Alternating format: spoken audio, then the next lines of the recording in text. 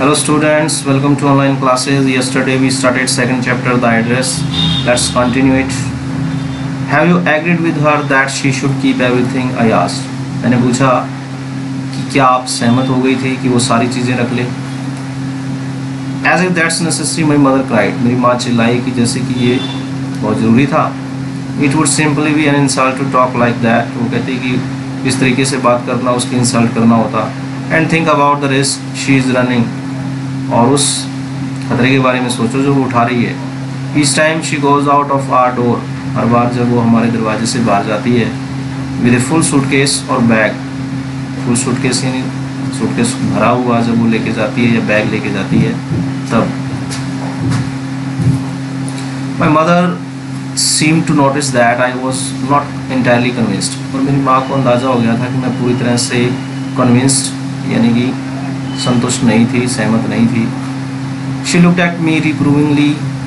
उन्होंने मेरी ओर थोड़ा झिड़की भरी नज़रों से देखा, ये डांटते हुए जैसे. And after that we spoke no more about it. और उसके बाद हमने उसके बारे में कोई बात नहीं की और ज़्यादा बात नहीं की. Meanwhile I had arrived at the station without having paid much attention to things on the way. उसी के दौरान वो कहती मैं स्टेशन पर पहुंच गई बिना ध्यान दिए उन चीज़ों की ओर जो रास्ते में थी. ज़्यादा ध्यान नहीं दिया, वो कहती मैंने उन चीज़ों की ओर. I was walking in familiar places again for the first time since the war.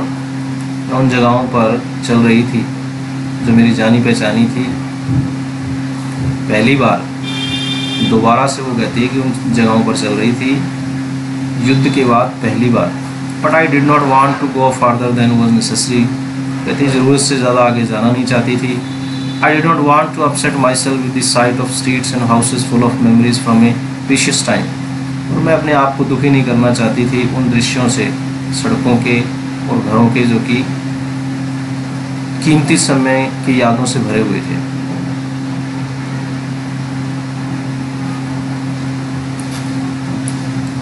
In the train back, I saw Mrs. Dorling in front of me again as I had the first time I met her. Train में जब वो वापस जा रही थी तो उसके सामने मिसेस डॉर्लिंग का चेहरा आता है. इमेजिनेशन करती है वो, दोबारा से उसके चेहरे को महसूस करती है अपने सामने जब वो उससे पहली बार मिली थी. It was the morning after the day my mother had told me about her. Morning सुबह का टाइम, अगले दिन की बात है. आफ्टर द डे, एक दिन के बाद की बात. My mother had told me about her. मेरी माँ ने उसके बारे में बताया था. I had got up late and coming downstairs. मैं लेट उठी, देरी से उठी और नीचे आ रही थी सीढ़ियों से. I saw my mother about to see someone out. और मैंने देखा कि मेरी माँ जो है किसी को दरवाजे पर छोड़ने के लिए जा रही थी. A woman with a broad back. एक औरत चौड़ी पीठ वाली. और वो कौन थी? Mrs Darling. There is my daughter, said my mother. She beckoned to me.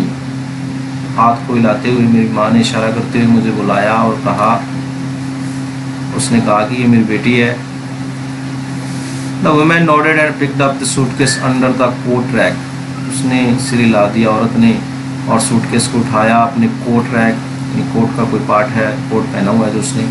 She wore, उसके नीचे अंडर द कोट रैक.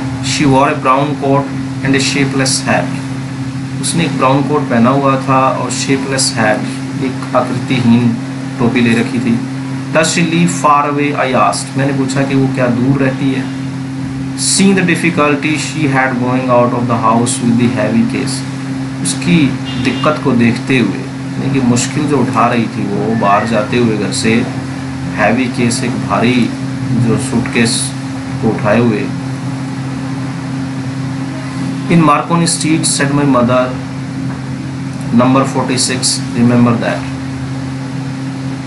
और वो कहती है कि मेरी माँ ने कहा कि मार्कोनी स्ट्रीट पर नंबर 46, remember that, याद रखना. I had remembered it, but I had waited a long time to go there. मुझे याद था ये, परंतु काफ़ी समय इंतज़ार किया मैंने वहाँ जाने के लिए. Initially, after the liberation, I was absolutely not interested in all that stored stuff, and naturally, I was also rather afraid of it. वो कहती है कि पहले तो आज़ादी के बाद, लिबरेशन के बाद, वो कहती मैं पूरी तरह से इंटरेस्टेड नहीं थी उन चीज़ों को लेकर के, इन ऑल दैट, उन चीज़ों में इंटरेस्ट नहीं था मेरा जो कि स्टोर करके रखी हुई थी, स्टफ मतलब सामान जो था। And naturally I was also rather afraid of it, और ये स्वाभाविक था कि मैं उन चीज़ों से डर भी रही थी, उनसे डर भी था मुझे। Afraid of being confronted with the things that had belong to a connection that no longer existed, और डर किस बात का कि उन चीज़ों के साथ सामना होना जिनका संबंध जो है उन लोगों के साथ था जो दुनिया में नहीं थे, दैट नो लॉन्गर एग्जिस्टेड, जो कि अब दुनिया में नहीं थे, which were hidden away in cupboards and boxes and waiting in vain until they were put back in their place again. और वो छुपी हुई चीज़ें hidden away in cupboards, अलमारियों में और boxes में इंतज़ार कर रही थी व्यर्थ में ही, in vain में व्यर्थ में, until they were तब तक जब तक कि उन्हें उनके स्थान पर रखा नहीं जाता, यानी कि जहाँ पर वो पहले थी उस जगह पर, which had endured all those years because they were things, उन चीज़ों ने endured मतलब सहन किया उन सालों को क्योंकि वो चीज़ें थी, यानी कि निर्जीव चीज़ें थी, जान नहीं थी उनके अंदर, इसलिए उन्होंने सहन कर लिया, इंतज़ार किया।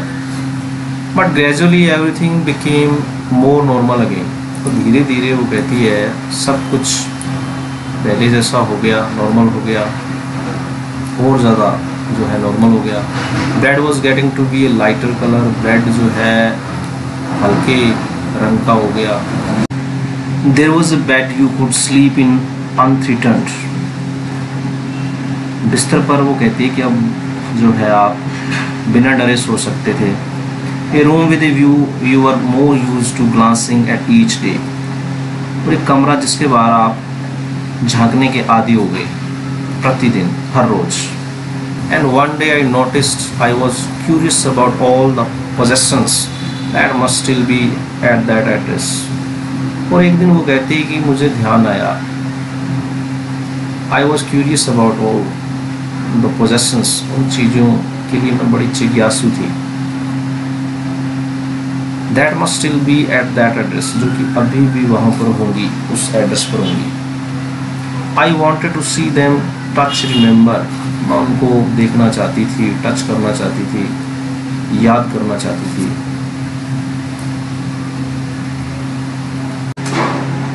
After my first visit in vain to Mrs. Darling's house, I decided to try it second time.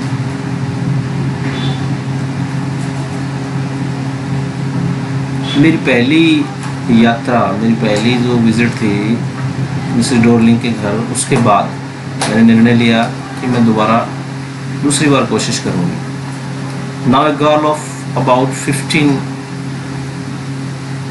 opened the door to me. अब एक 15 साल की लड़की ने दरवाज़ा खोला मेरे लिए। I asked her if her mother was at home. मैंने उससे पूछा कि उसकी माँ घर पर है। No, she said, my mother's doing an errand. उसने कहा कि घर पर नहीं है मेरी माँ, किसी काम से गई है। errand मीन कोई काम से गई है। No matter, I said, I will wait for her.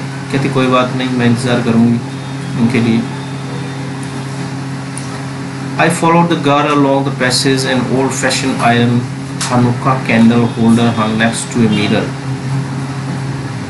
मैं उस लड़की के पीछे चलेगी along the passage, एक गलियारे से होकर के। An old-fashioned iron Hanukkah, एक पुराने टाइप का जो हनुका मीन मोमबत्ती दान जिसको हम कहते हैं, मोमबत्ती रखने के लिए यूज किया जाता है। कैंडल होल्डर वो शीशे के पास में टंगा हुआ था। We never used it because it was much more cumbersome than a single candlestick. लड़की ने क्या कहा कि हमने इसको प्रयोग में कभी नहीं लिया, यूज़ नहीं किया, क्योंकि ये बहुत ज़्यादा भारी है। एक अकेले क्षमादान से, यानी मोमबत्ती उसको रखने के लिए कैंडलस्टिक जो होती है उससे भारी है ये। Would not you sit down? asked the girl. लड़की ने पूछा क्या तुम बैठोगी नहीं? She held open the door of the living room and I went inside past her. उसने बैठक का दरवाज़ा खोला और मैं उसके पीछे चली गई। I stopped. मैं रुक गई। Horrified, डरी हुई थी। I was in a room I knew and did not know. वो कहती उस कमरे के अंदर थी मैं जिसको मैं जानती थी और नहीं भी जानती थी। I found myself in the midst of things I did want to see again, but which oppressed me in the strange atmosphere. तो कहती है कि मैंने अपने आप को उन चीज़ों के बीच में पाया जिनको कि मैं दोबारा से देखना तो चाहती थी, but which oppressed me in the strange atmosphere, जिन्होंने कि मुझे ऐसे एक वातावरण के अंदर, एक अजीब वातावरण में oppressed मतलब थोड़ा सा दुखी कर दिया या हर्ट कर दिया। और because of the tasteless way everything was arranged, और क्योंकि हर एक चीज़ जो है टेस्टलेस मतलब थोड़ा अलग ढंग से रखी हुई थी, बेतरतीब कह सकते हैं इसको, सही ढंग से नहीं रखी हुई थी, अरेंज की हुई थी।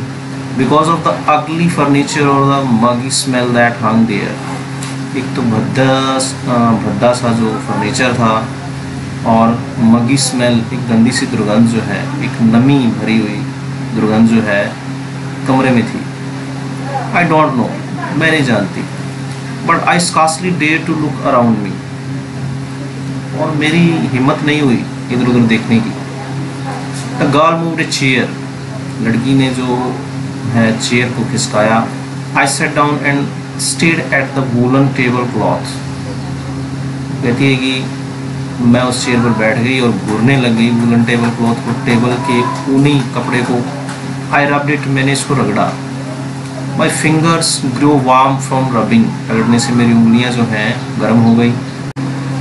I followed the lines of the pattern,